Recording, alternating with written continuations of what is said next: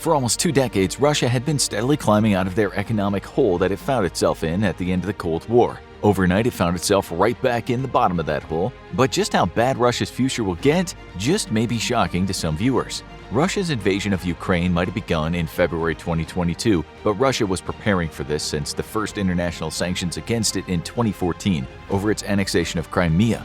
For years, Russia carefully built up a massive war chest of over $600 billion, all with the goal of softening the blow to its economy from any potential sanctions over further military aggression. Quite literally overnight, Russia lost access to half of that money thanks to some of the toughest sanctions ever imposed on a country. Putin's plan was a good one. He expected there would be sanctions placed on Russia due to the invasion, so the $600 billion held in foreign reserves could be used to prop up the Russian economy until hostilities ended. However, the West's plan was even better. Simply freeze all of that money and deny Russia access to it. To be fair, Putin never imagined that the West would unify so rapidly, and he certainly never dreamt that Western nations would be willing to hurt themselves to sanction Russia. When Putin annexed Crimea in 2014, international sanctions were light, with the US putting most of the pressure on Russia. There was little reason to believe a wider invasion would result in such drastic response. Without access to its war chest, Russia was forced to take extreme actions to try to protect its economy. First, it shut down its stock market. At first, it was only for a few days, but soon it was announced the market would remain closed for weeks. It was only in late March that the Russian stock market opened up again, once fears of investors pulling out all of their assets were largely minimized. Second, Russia's central bank raised interest rates as high as a whopping 20% in order to combat the depression of the ruble, which immediately after the invasion fell in value by as much as 40%. The interest rate hike was meant to slow down lending and big-ticket purchases, but in March, Russia's inflation still hit 16.7%, compared to the US's 8.54%, which is itself extremely abnormally high. Even before the invasion of Ukraine, though, Russia's economic future looked extremely shaky. In 2015 and 2016, Russia experienced an economic crisis fueled by both a drop in the price of oil and international sanctions against Russia. If you're wondering why your own country's economy doesn't collapse when oil prices drop, it's because Russia lacks a well-diversified economy. Oil and gas make up as much as 40% of state revenue, and the Natural Resources and Environment Ministry estimates that natural resources make up as much as 60% of the country's GDP. This is perhaps not surprising given the vast size of Russia, which gives it some of the largest reserves of oil, natural gas, minerals, and other resources in the world, all of which are vital for modern industry. Oil and gas alone make up 40% of Russia's exports. Access to some of the largest natural resource deposits in the world, however, has been perhaps a greater curse than a blessing. While it's made individuals very rich inside Russia, which boasts the 5th largest number of billionaires, the lack of a diversified economy has also led to it coming at the top of wealth inequality charts amongst developed nations. It's also a massive strategic vulnerability for the nation, as it makes its economy incredibly easy to target and cripple by foreign powers. To that end, Russia has done everything it can to influence Western nations to shy away from renewable energy, including directly backing the campaigns of public officials in the West who work to dismantle green energy initiatives.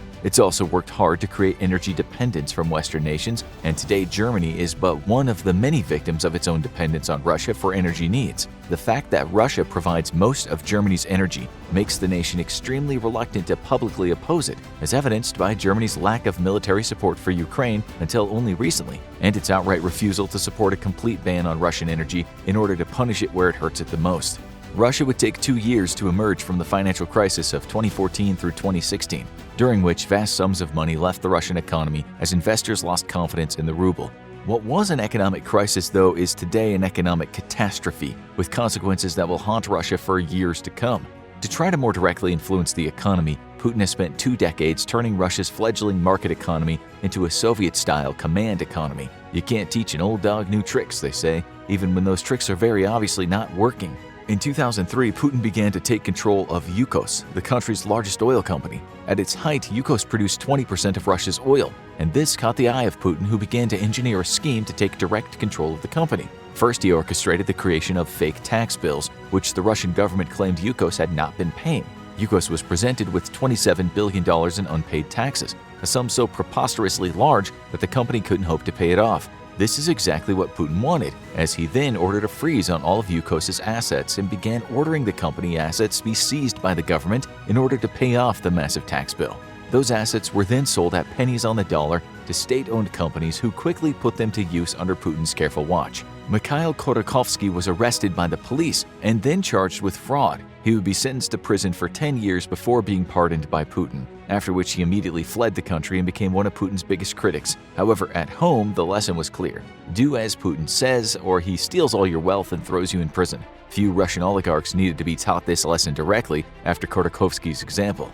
Rosneft and Gazprom became Russia's largest players in the energy market, and as state-owned enterprises, Putin was largely free to do as he wished with the money that the companies made. He enriched himself with the profits to an unknown degree. To this day, Putin's true wealth, all of it stolen, is unknown, but many suspect his robbery of the Russian people has made him the richest man in the world. Putin, however, also put the state-owned companies to use by funding kickbacks for his allies amongst the Russian security services. With close friends paid off to the tune of millions, Russia's infamous security services now serviced Putin directly. He put their loyalty to great effect by using Russia's security apparatus to spy on and intimidate political opponents or critics, and even outright kill them. Anyone who might speak up against Putin's bold use of Soviet-style intimidation and assassination was probably already on his payroll or about to be intimidated and assassinated themselves. Putin was now in direct control of the most important sector of the Russian economy, and those entrepreneurs who played nice with him were allowed to launch their own successful enterprises, such as Novatek and Sibur. However, anyone who did not play by Putin's playbook found business extremely difficult to conduct inside bureaucratic Russia. In fact, such heavy bureaucracy and rampant corruption made Russia an extremely unappealing market for foreign investors, only further hurting the Russian economy. But after the financial crisis of 2014 to 2016, Putin worked to secure his hold over the Russian economy even further. Now truly independent businesses with a certain level of success were being put under pressure to sell to the state. Magnit, for example, one of Russia's largest grocery retail chains, found itself under intense pressure to sell to the government, and its founder, Sergei Galitsky, proved no fool when he sold most of his shares in his own business to a state lender. While he got a $2.5 billion payday, he also lost ownership of the business he had started himself and grew to be one of the world's largest grocery retailers. Galitsky was smart and played ball, but others were not so smart. Enriched by their collusion with the Kremlin, many of these wealthy individuals now resisted selling their businesses to the government. Most of these oligarchs would end up in exile or simply imprisoned under false charges. Despite the Kremlin controlling the bulk of the Russian economy with a very heavy hand, there was still room for small to medium-sized businesses to find success while avoiding enough of it to draw Putin's eye of Sauron-like gaze. With relations between Russia and the West relatively cordial, many Western businesses moved into Russia in order to service its growing middle class. Nestle, IKEA, H&M, and Adidas all moved in, amongst hundreds of others, helping to bolster the Russian economy. However, Russia's invasion of Ukraine has led to an unprecedented exodus out of Russia by foreign businesses, with a pullout of revenue worth an estimated $200 billion to the Russian economy. Major brands to pull out include Nestle, which suspended sales of the vast majority of goods it imported regularly to Russia. British American Tobacco left its Russian business altogether, and Philip Morris reduced Russian manufacturing and suspended future investments for the country. TJX, owner of TJ Maxx and Marshalls, is divesting its equity ownership in Familia, an off-price retail popular in the country, while H&M and Nike both have completely suspended sales in Russia. Perhaps the most devastating of all for the Russian people, however, is the suspension of all sales of Adidas products, to include tracksuits. Just as devastating, though, was the pullout of major foreign players in the Russian financial sector.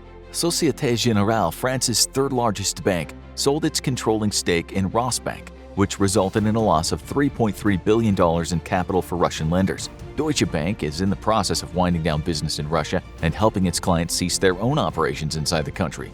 Goldman Sachs bid Russia's Svidanya, followed hours later by JP Morgan Chase. American Express, MasterCard, and Visa all delivered a crippling blow to Russian travelers by announcing that their cards would no longer work outside of Russia if issued inside Russia. Those cards issued outside Russia would likewise not work inside the country. The mass exodus of foreign businesses in Russia has led to the loss of hundreds of thousands of jobs and skyrocketed unemployment to over 9% after having reached a record low in March. The unemployment rate is not expected to drop below 5% for years as the true cost of sanctions hit the Russian labor market, and the exodus of foreign businesses has seen retail sales drop by 10%. In response, the Russian government has allocated 39 billion rubles, or $466 million, toward emergency benefits, temporary employment, and public works projects in the hopes of stemming the economic harm of massive unemployment. In the short term, this is an effective strategy employed by the likes of the United States, which invested billions into jobs programs and benefits during the financial crisis of 2008.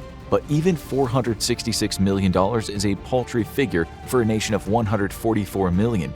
And with foreign investment and business not returning to the country anytime soon, that money will run out in mere months. To try to limit the impact of foreign businesses pulling out of Russia, the Kremlin has nationalized many of the businesses once operated by foreign companies. McDonald's stores are set to be taken over by a new state-owned family-friendly restaurant, Uncle Vanya's, complete with a very familiar-looking logo. The goal is to stop the bleeding caused by the sudden pullout of Western businesses by preserving the jobs and income through simply replacing the foreign operators and creditors. Any concerns over intellectual property rights are completely disregarded, as Russia has decided not to honor the copyrights or IP rights of any business which is deemed hostile to Russia or its people. This might seem like a good idea, simply replace foreign businesses with a Russian equivalent. But thanks to the freezing of Russia's foreign currency reserves, the Kremlin's ability to support vast amounts of businesses once financed by foreign corporations is limited at best. Then there's that simple matter of expertise and brand identity.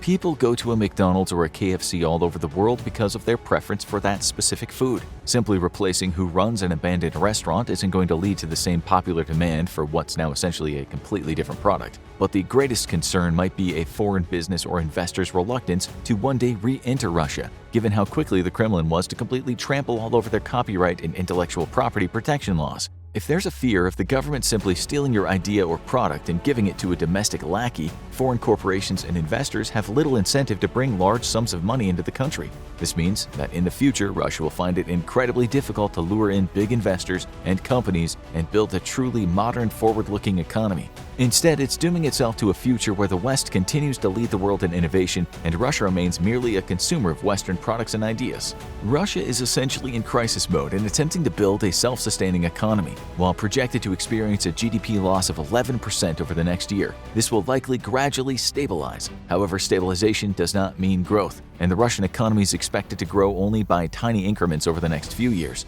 This is a catastrophic turn of events for the Russian people, who can expect to see a rapid decline in Russia's middle class and a return to Soviet-era economic woes, just as Putin does his best to steer the Russian economy back to a Soviet-style self-sufficiency model. While this might keep the Russian economy from completely imploding, it means an end to the prosperity the average Russian was beginning to enjoy as the nation pulled itself out of the rubble of the collapse of the Soviet Union. Perhaps the greatest blow to the Russian economy, however, is the brain drain experienced by the mass exodus of Russia's artists, intellectuals, and skilled workers.